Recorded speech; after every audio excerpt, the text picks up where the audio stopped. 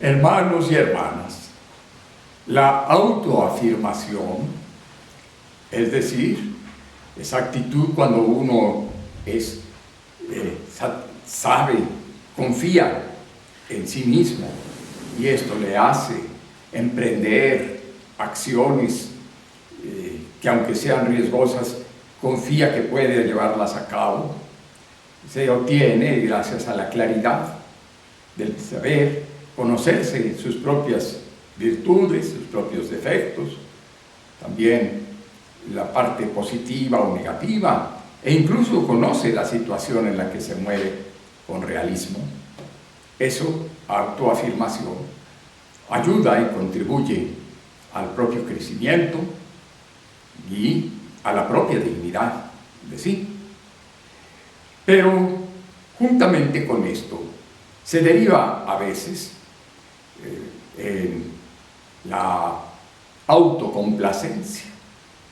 La autocomplacencia es cuando nada más nos fijamos en nuestras cualidades, en nuestras posibilidades, y no reparamos en nuestras limitaciones y nuestros defectos. Y eso hace que uno se sienta satisfecho con lo que es y hasta desprecia a otros que considera inferiores, ¿no? Y si tiene algún fracaso, lo atribuye o a los demás, o a mala voluntad, o le echa la culpa a la situación que él no fue capaz de percibir a cabalidad, ¿verdad? Por eso es importante la humildad, que es cuando uno es consciente tanto de las propias cualidades como de los propios defectos. La humildad no es autodenigrarse, culpabilizarse, sentirse no merecedor. Santa Teresa afirmaba que la humildad es la verdad, con su lado positivo y negativo. El autorreconocimiento, el reconocimiento, es otra forma de autoafirmación, pero en esta prevalece la conciencia de las limitaciones, de los defectos, de los pecados. Y esto, si bien nos avergüenza, pero al mismo tiempo nos posibilita, nos permite enmendar y prepararnos para otros triunfos y otras posibilidades, evitando fracasos.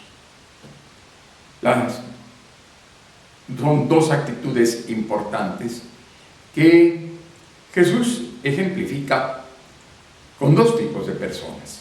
En la parábola de hoy, ¿no? El escenario está en el templo, la casa de oración, y hay dos personas que hacen su respectiva oración. Por un lado, el fariseo.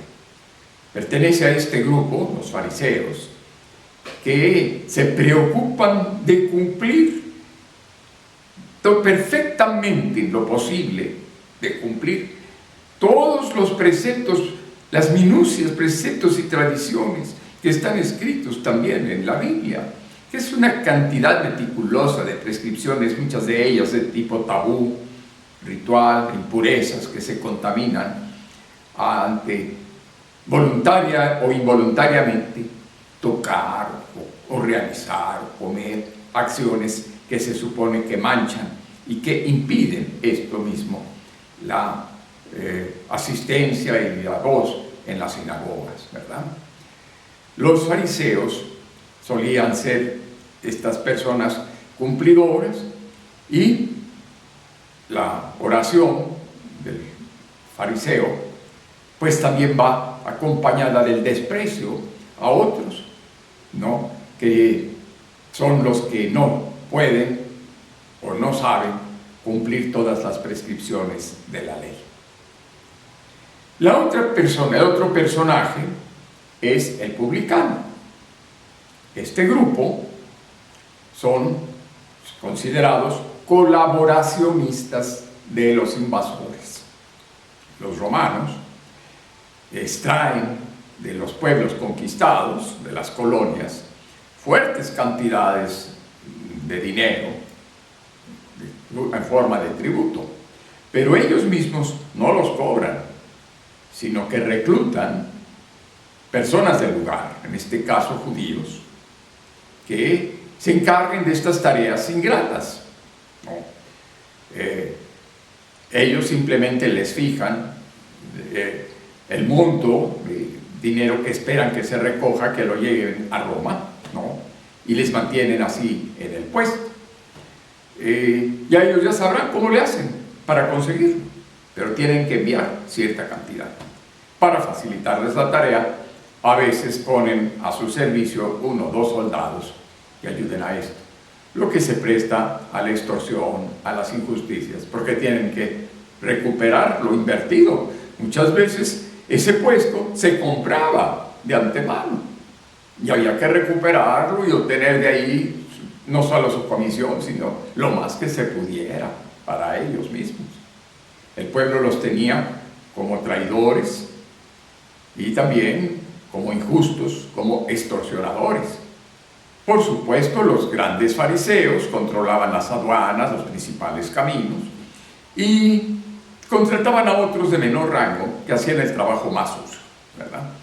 Este personaje, uno de esos publicanos de menor rango, quizás en Fuente, y lo peor es que no se sentían no solo despreciados ante el pueblo, sino ante sí mismos también y ante Dios, ya que muchas veces cobraban a cualquier transeúnte ocasional que pasaba por el puente y ya sabían que nunca más lo iban a volver a ver, de manera que no había forma de restituirle lo robado, lo abusado. Entonces se sentían que ya no tenían posibilidad de perdón, se sentían totalmente deprimidos. Y estos dos personajes, el fariseo y el publicano, con actitudes opuestas, los encontramos en sus escenarios y en su tipo de oración. El fariseo al frente, de pie, con las manos levantadas, y su oración es una acción de gracias. Te doy gracias, Señor, porque yo puedo cumplir con todo, pago hasta el diezmo de la menta y del comino, cumplo todo lo que está prescrito, y más aún otras cosas de su prerrogación, aunque no están mandadas. No soy como los demás hombres, pecadores, como ese publicano de ahí atrás, no. O sea, son personas satisfechas de sí mismos y que desprecian o que son indiferentes ante los demás, que no se considera que no valen lo que ellos valen, ¿verdad?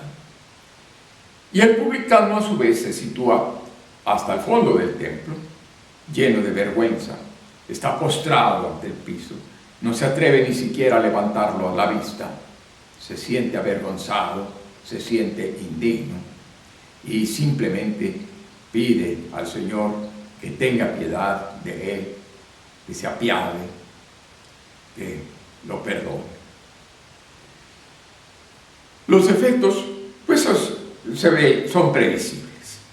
El autocomplaciente, orgulloso, se siente satisfecho de sí, no necesita de nada, ni de nadie, ni siquiera de Dios, sino al contrario, hasta le sale debiendo, ¿verdad? Porque hasta ha hecho cosas que no están mandadas. Se siente satisfecho y por tanto, pues su oración no es más que un eco de la propia voz que le resuene y no sucede nada en su persona. Regresa no solo como entró, sino peor aún, con las faltas de haber sido despreciador, indiferente ante los demás. El publicano, a su vez, su oración siente indigno, sabe, confía que Dios le va a ayudar y por lo tanto su oración no es de acción de gracias como el fariseo, sino de arrepentimiento. Arrepentimiento que ve y no sabe cómo salir de la situación para poder reparar los fraudes que ha hecho. Le pide luz al Señor, confía en Él, o sea, confía a su misericordia y por lo tanto obtiene el perdón. Y si él es consciente de que Dios perdona, regresa a su casa sanado, más alegre, mejor dispuesto para ver cómo le hacen dejar ese oficio que ve como maldito, ¿verdad? Y fíjense, hermanos y hermanas, esa es la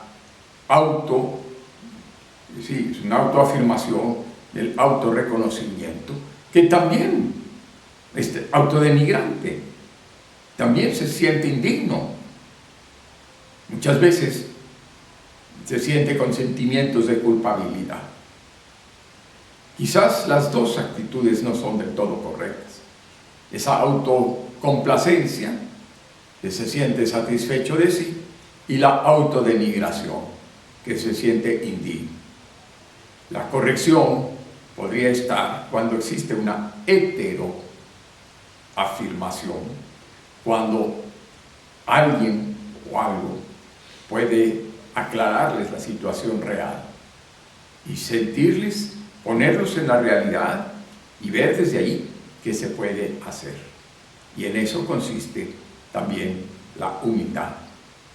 En el Antiguo Testamento, en la lectura primera que hoy nos ocupa, se presenta un ejemplo hermoso de oración. Dice, ante las personas, dice que no menosprecies a nadie, primero, ¿verdad?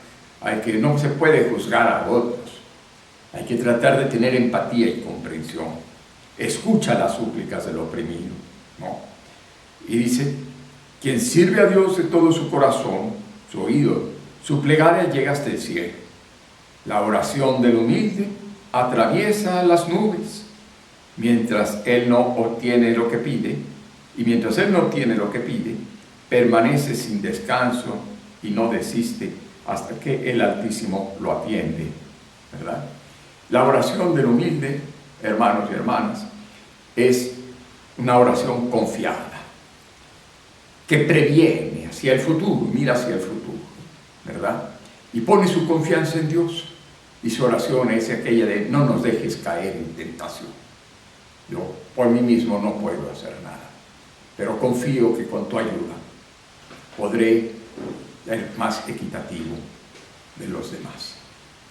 Y ojalá que esta nuestra oración y nuestra actitud.